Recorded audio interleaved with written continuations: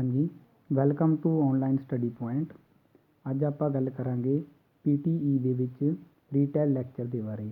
ਜੋ retail lecture ਹੈਗਾ ਤਾਂ ਉਹ ਆਪਣੇ ਕੋਲ ਸਪੀਕਿੰਗ ਦੇ ਸੈਕਸ਼ਨ ਦੇ ਵਿੱਚ ਆਉਂਦਾ, ਪਰ ਇਹ ਬੜਾ ਹੀ ਬੈਨੀਫਿਸ਼ਲ ਹੈ ਕਿਉਂਕਿ ਜੋ ਰੀਟੇਲ ਲੈਕਚਰ ਆ ਉਹਦੇ ਕੁਛ ਜਿਹੜੇ ਪੁਆਇੰਟ ਹੈਗੇ ਆ ਜਾਂ ਕੁਛ ਨੰਬਰਸ ਹੈਗੇ ਆ ਉਹ ਆਪਣੇ ਲਿਸਨਿੰਗ ਸੈਕਸ਼ਨ ਦੇ ਵਿੱਚ ਵੀ ਚਲੇ ਜਾਂਦੇ ਆ।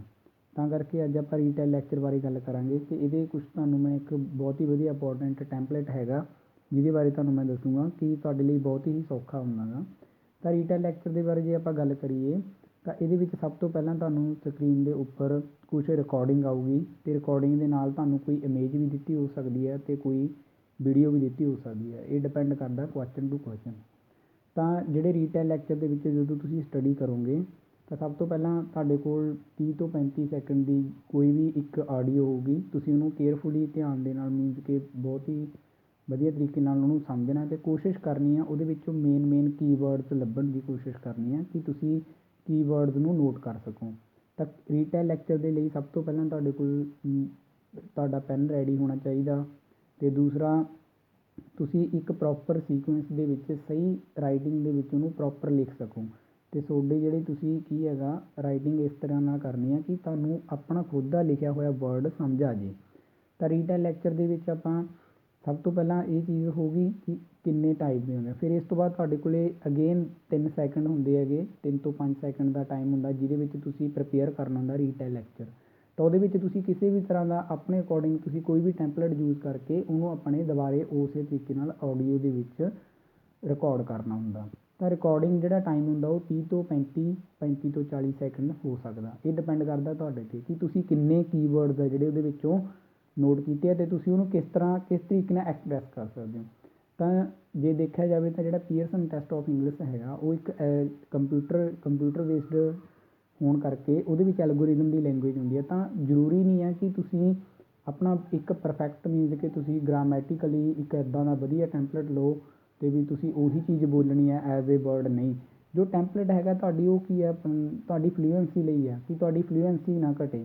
ਜਦੋਂ ਤੁਹਾਡੇ ਕੋਈ ਚੀਜ਼ ਯਾਦ ਹੋਊਗੀ ਪਹਿਲਾਂ ਤੋਂ ਤੁਹਾਡੇ ਕੋਈ ਚੀਜ਼ ਯਾਦ ਆ ਤਾਂ ਸਿਰਫ ਤੁਸੀਂ ਨੇ ਕੁਛ ਉਹਦੇ ਵਿੱਚ ਇਨਪੁਟਸ ਦੇਣੀਆਂ ਹੈ ਨਾ ਅਤੇ ਉਸ ਤੋਂ ਬਾਅਦ ਤੁਸੀਂ ਕੀ ਆ ਉਹਨੂੰ ਪ੍ਰੋਪਰ ਐਕਸਪਲੇਨ ਕਰ ਦੇਣਾ ਗਾ। ਤਾਂ ਮੀਨਜ਼ ਕਿ ਫਲੂਐਂਸੀ ਵਾਸਤੇ ਟੈਂਪਲੇਟ ਆਪਾਂ ਯੂਜ਼ ਕਰਦੇ ਹਾਂ। ਤਾਂ ਇਹਦੇ ਵਾਸਤੇ ਜਿਵੇਂ ਕਿ ਮੈਂ ਤੁਹਾਨੂੰ ਬਹੁਤ ਹੀ ਸੌਖਾ ਜਿਹਾ ਦੱਸ ਦਿੰਦਾ ਕਿ ਜੇ ਤੁਸੀਂ ਕਰ ਰਹੇ ਹੋ ਤਾਂ ਕੀਵਰਡ ਦੇ ਵਿੱਚ ਸਭ ਤੋਂ ਪਹਿਲਾਂ ਤੁਸੀਂ ਉਹਦਾ ਮੇਨ ਟੋਪਿਕ ਨੋਟ ਕਰ ਲੈਣਾ ਕਿ ਟੋਪਿਕ ਕੀ ਹੈ। ਤੁਸੀਂ ਕੋਈ ਸੈਂਟੈਂਸ ਪ੍ਰੋਪਰ ਇੱਕ ਸੈਂਟੈਂਸ ਲਿਖਣ ਦੀ ਬਜਾਏ ਤੁਸੀਂ ਉਹਦੇ ਵਿੱਚੋਂ ਮੇਨ ਕੀਵਰਡ ਜਿਵੇਂ ਕੋਈ ਕਿਸੇ ਪਲੇਸ ਦਾ ਨਾਮ ਹੋ ਗਿਆ, ਕੋਈ ਡੇਟ ਹੋ ਗਈ, ਕੋਈ ਵੀ ਮਤਲਬ ਕਿ ਆਪਾਂ ਔਰਗੇਨਾਈਜੇਸ਼ਨ ਦਾ ਨਾਮ ਹੋ ਗਿਆ, ਕਿਸੇ ਇੰਸਟੀਟਿਊਸ਼ਨ ਦਾ ਨਾਮ ਹੋ ਗਿਆ, ਕਿਸੇ ਪਰਸਨ ਦਾ ਨਾਮ ਹੋ ਗਿਆ ਹੈ ਨਾ, ਮੀਨਜ਼ ਪ੍ਰੋਪਰ ਨਾਊਨ ਹੋ ਗਏ ਜਾਂ ਮਤਲਬ ਕਾਮਨ ਨਾਊਨ ਹੋ ਗਏ, ਜਿਵੇਂ ਵੀ ਕੁਛ ਵੀ ਹੈ ਇਹਨਾਂ ਚੀਜ਼ਾਂ ਨੂੰ ਤੁਸੀਂ ਕੀਵਰਡ ਦੇ ਰੂਪ ਵਿੱਚ ਇੱਕ ਵਰਡ ਦੀ ਤਰ੍ਹਾਂ ਤੁਸੀਂ ਨੇ ਵਰਡ ਦੇ ਫੋਰਮੇਸ਼ਨ ਬਣਾ ਕੇ ਉਹਨੂੰ ਨੋਟ ਕਰ ਲੈਣਾ ਅਤੇ ਉਹਨਾਂ ਕੀਵਰਡਸ ਨੂੰ ਤੁਸੀਂ ਆਪਣੇ ਟੈਂਪਲੇਟ ਦੇ ਵਿੱਚ ਲਾ ਕੇ ਤੁਸੀਂ ਐਜ਼ ਇਟ ਇਜ਼ ਆਪਣਾ ਟੈਂਪਲੇਟ ਬੋਲ ਸਕਦੇ ਹੋ। ਇਹ ਡਿਪੈਂਡ ਤੁਹਾਡੇ 'ਤੇ ਕਰਦਾ ਕਿ ਤੁਸੀਂ ਇਹਨੂੰ ਰੀਟੇਲ ਲੈਕਚਰ ਨੂੰ ਕਿਸ ਤਰ੍ਹਾਂ ਐਕਸਪ੍ਰੈਸ ਕਰ ਰਹੇ ਹੋ। ਤਾਂ ਜੇ ਦੇਖਿਆ ਜਾਵੇ ਜਿਵੇਂ ਕਿ ਮੰਨ ਲਓ ਫਾਰ ਐਗਜ਼ਾਮਪਲ ਮੈਂ ਤੁਹਾਨੂੰ ਇੱਕ ਦੱਸ ਰਿਹਾ ਕਿ ਸਭ ਤੋਂ ਪਹਿਲਾਂ ਮੇਨ ਟੋਪਿਕ ਹੈਗਾ ਤਾਂ ਤੁਸੀਂ ਲਿਖ ਸਕਦੇ ਹੋਗੇ ਠੀਕ ਹੈ ਟਾਈਟਲ ਦੇ ਵਿੱਚ ਮੀਨਜ਼ ਕਿ ਪਹਿਲਾ ਟੋਪਿਕ ਦਾ ਨਾਮ ਹੋ ਗਿਆ ਠੀਕ ਹੈ ਦਾ main topic was on this ਠੀਕ ਹੈ। ਇਸ ਤੋਂ ਬਾਅਦ ਤੁਸੀਂ ਸਿੰਪਲੀ ਲਿਖ ਸਕਦੇ he told about keywords and ਉਸ ਤੋਂ ਬਾਅਦ ਤੁਹਾਡੇ ਜਿਹੜੇ ਤੁਸੀਂ ਕੀਵਰਡ ਨੋਟ ਕੀਤੇ ਆ ਫਸਟ ਕੀਵਰਡ ਸੈਕਿੰਡ ਫਿਰ he told about keyword and keyword this third keyword ਹੋ ਗਿਆ ਫੋਰਥ ਕੀਵਰਡ ਮੀਨਜ਼ ਕਿ ਹੀ ਟੋਲਡ ਅਬਾਊਟ ਤੁਸੀਂ ਇਕੱਲਾ ਲਿਖ ਸਕਦੇ ਹੋ ਅਤੇ ਐਂਡ ਦੇ ਵਿੱਚ ਜਦੋਂ ਤੁਸੀਂ ਚਲੇ ਗਏ ਤਾਂ ਤੁਸੀਂ ਉੱਥੇ ਲਿਖ ਸਕਦੇ ਹੋਗੇ in conclusion he told about keyword simply ਤੁਸੀਂ ਇੱਕ ਜਿਹੜਾ ਵਰਡ ਲਿਖਿਆ ਜਾਂ ਕੁਛ ਵੀ ਲਿਖਿਆ ਉਹਦੇ ਬਾਰੇ ਤੁਸੀਂ ਉਹਨੂੰ ਐਕਸਪ੍ਰੈਸ ਕਰ ਦਿਓ। ਤਾਂ ਮੀਨਜ਼ ਕਿ ਇਹ ਜ਼ਰੂਰੀ ਨਹੀਂ ਹੈ ਕਿ ਤੁਸੀਂ ਹਰ ਇੱਕ ਟੈਂਪਲੇਟ ਦੇ ਵਿੱਚ ਤੁਸੀਂ ਹੀ ਡਿਸਕਰਾਈਬਡ ਅਬਾਊਟ ਬੋਲਣਾ ਹੀ ਮੈਂਸ਼ਨਡ ਦੈਟ ਬੋਲਣਾ ਜਾਂ ਮੀਨਜ਼ ਇਹ ਚੀਜ਼ਾਂ ਦੇ ਵਿੱਚ ਤੁਸੀਂ ਉਲਝੋਗੇ ਤਾਂ ਤੁਸੀਂ ਕੀ ਹੈਗਾ ਇੱਕ ਚੀਜ਼ ਨੂੰ ਰਿਪੀਟ ਵੀ ਕਰ ਸਕਦੇ ਹੋ। ਮੰਨ ਲਓ ਤੁਹਾਡੇ ਕੋਲ ਕੀਵਰਡਸ ਘੱਟ ਆ ਤੁਸੀਂ 20 ਸੈਕਿੰਡ ਦੇ ਵਿੱਚ ਆਪਣੇ ਕੀਵਰਡਸ ਪੂਰੇ ਕਰਤੇ ਤਾਂ ਜੇ ਤੁਸੀਂ ਪਹਿਲਾਂ ਹੌਰੀਜੈਂਟਲੀ ਉਹਨਾਂ ਨੂੰ ਬੋਲਿਆ ਹੈਗਾ ਕੀਵਰਡਸ ਨੂੰ ਤਾਂ ਤੁਸੀਂ ਸੈਕਿੰਡ ਅਗੇਨ ਫਿਰ ਉਹਨਾਂ ਕੀਵਰਡਸ ਨੂੰ ਤੁਸੀਂ ਵਰਟੀਕਲੀ ਬੋਲ ਦਿਓ। ਮੀਨਜ਼ ਕਿ ਡਿਪੈਂਡ ਕਰਦਾ ਜਿਵੇਂ ਕਿ ਫਾਰ ਐਗਜ਼ਾਮਪਲ ਇੰਡੀਆ ਦੇ ਬਾਰੇ ਕੋਈ ਰੀਟੇਲ ਲੈਕਚਰ ਆ ਗਿਆ ਇੰਡੀਆ ਦੇ ਬਾਰੇ ਜੇ ਰੀਟੇਲ ਲੈਕਚਰ ਆ ਗਿਆ ਤੁਸੀਂ ਇੰਡੀਆ ਦੇ ਰੀਟੇਲ ਲੈਕਚਰ ਨੂੰ ਅੱਗੇ ਆਪਣੀ ਆਡੀਓ ਦੇ ਵਿੱਚ ਐਕਸਪ੍ਰੈਸ ਕਰੋਗੇ ਤਾਂ ਮੀਨਜ਼ ਕਿ ਤੁਸੀਂ ਇੰਡੀਆ ਦਾ ਹੀ ਨਾਮ ਲਓਗੇ ਨਾ। ਕੰਪਿਊਟਰ ਨੇ ਤਾਂ ਇੰਡੀਆ ਹੀ ਚੱਕਣਾ ਨਾ ਚਾਹੇ ਤੁਸੀਂ ਰਿਪੀਟੇਸ਼ਨ ਦੇ ਵਿੱਚ ਲੈ ਰਹੇ ਹੋ ਉਹਨੂੰ ਰਿਪੀਟ ਕਰ ਰਹੇ ਹੋ ਵਾਰ-ਵਾਰ ਤਾਂ ਵੀ ਕੋਈ ਪ੍ਰੋਬਲਮ ਨਹੀਂ ਆ ਉਹਦੇ ਵਿੱਚ। ਜੇ ਤੁਸੀਂ ਰਿਪੀਟ ਵੀ ਕਰ ਦੋਗੇ ਤਾਂ ਵੀ ਤੁਹਾਡੇ ਜਿਹੜੇ ਕੰਟੈਂਟ ਦੇ ਨੰਬਰ ਹੈਗੇ ਉਹ ਕੱਟੇ ਨਹੀਂ ਜਾਣੇ ਆ। ਉਹ ਤੁਹਾਡੇ ਮੀਨਜ਼ ਕਿ ਜੇਕਰ ਤੁਹਾਡਾ 15 ਨੰਬਰ ਦਾ ਰੀਟੇਲ ਲੈਕਚਰ ਹੈਗਾ ਤਾਂ ਤੁਹਾਨੂੰ 15 ਦੇ ਵਿੱਚੋਂ 15 ਵੀ ਦਬਾ ਸਕਦਾ, ਤੁਹਾਡੇ ਕੀਵਰਡ 'ਤੇ ਡਿਪੈਂਡ ਕਰਦਾ। ਤੁਸੀਂ ਇਸ ਤਰੀਕੇ ਨਾਲ ਕੀਵਰਡ ਨੂੰ ਲਿਖ ਲੈਣਾ ਕਿ ਤੁਹਾਨੂੰ ਪ੍ਰੋਪਰ ਸਮਝ ਆ ਜੇ, ਚਾਹੇ ਰਿਪੀਟ ਕਰ ਦਿਓ। ਪਰ ਜੇਕਰ ਤੁਸੀਂ ਇੱਕ ਵਾਰ ਮੰਨ ਲਓ ਕੋਈ ਫਾਰ ਐਗਜ਼ਾਮਪਲ ਮੈਂ ਦੱਸ ਰਿਹਾ ਕਿ ਤੁਸੀਂ ਕਿਸੇ ਚੀਜ਼ ਨੂੰ ਗਲਤ ਬੋਲ ਗਏ ਤਾਂ ਕੋਸ਼ਿਸ਼ ਨਹੀਂ ਕਰਨੀ ਆ ਆਪਣੇ ਆਪ ਨੂੰ ਸਹੀ ਕਰਨ ਦੀ। ਜੇ ਤੁਸੀਂ ਸਹੀ ਕਰਨ ਦੀ ਕੋਸ਼ਿਸ਼ ਕਰੋਗੇ ਤਾਂ ਤੁਹਾਡੀ ਫਲੂਐਂਸੀ ਘਟਣੀ ਹੈ।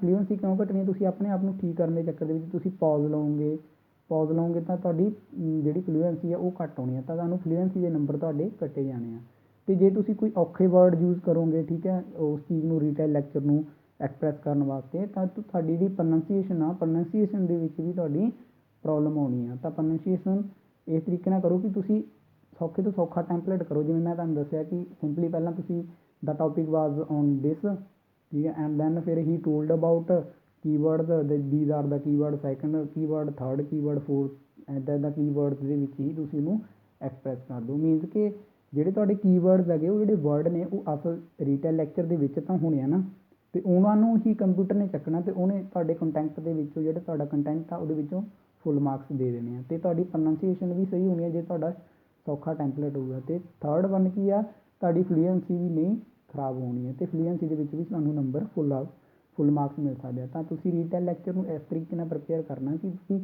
ਪੂਰਾ ਸੈਂਟੈਂਸ ਨੋਟ ਕਰਨ ਦੀ ਬਜਾਏ ਤੁਸੀਂ ਕੀਵਰਡਸ ਨੋਟ ਕਰ ਲਓ ਅਤੇ ਉਹਨਾਂ ਕੀਵਰਡਸ ਨੂੰ ਹੀ ਰਿਪੀਟ ਕਰ ਦਿਓ। ਇਹ ਤੁਹਾਡੇ ਲਈ ਬਹੁਤ ਹੀ ਬੈਨੀਫਿਸ਼ੀਅਲ ਹੋਣਾ ਗਾ ਰੀਟੇਲ ਲੈਕਚਰ ਦੇ ਵਿੱਚ। ਅਤੇ ਪੀਟੀ ਦੇ ਵਿੱਚ ਤੁਹਾਡੇ ਕੋਲ 2 ਤੋਂ 3 ਤੋਂ 4 ਰੀਟੇਲ ਲੈਕਚਰਸ ਆ ਸਕਦੇ ਆ। 4 ਬਹੁਤ ਹੀ ਘੱਟ ਕੇਸਿਸ ਦੇ ਵਿੱਚ ਆਉਂਦੇ ਆ, ਅਤੇ 2 ਤੋਂ 3 ਤੁਹਾਡੇ ਜਿਹੜੇ ਰੀਟੇਲ ਲੈਕਚਰ ਹੈਗੇ ਆ ਉਹ ਆਉਣੇ ਆ। ਤਾਂ ਤੁਸੀਂ ਇਸ ਤਰੀਕੇ ਨਾਲ ਆਪਣਾ ਰੀਟੇਲ ਲੈਕਚਰ ਕਰ ਸਕਦੇ ਹੋ। ਅਤੇ ਇਹ ਐਂਡ 'ਤੇ ਥੈਂਕ ਯੂ ਵੈਰੀ ਮੱਚ।